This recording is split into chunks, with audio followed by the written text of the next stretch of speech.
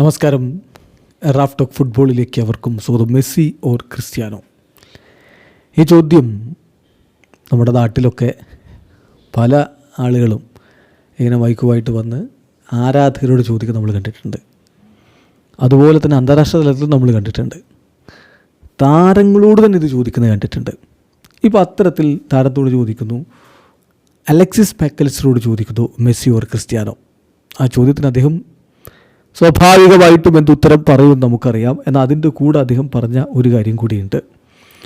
അതായത് Messi or Cristiano ചോദിക്കുമ്പോൾ അദ്ദേഹം പറയുന്നു, I think there never was A debate. ഒരു തർക്കത്തിൻ്റെ കാര്യം പോലുമില്ല. ഈ കാര്യത്തിൽ ഒരു തർക്കമേ ഇല്ല. ഞാൻ ക്രിസ്ത്യാനോയെ ബഹുമാനിക്കുന്നുണ്ട്.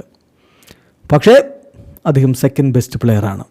ലോകത്തെ സെക്കൻഡ് ബെസ്റ്റ് പ്ലെയറാണ് ക്രിസ്ത്യാനോ. He was amazing. പക്ഷേ Messi is the best ever and there will be no one like him ever again.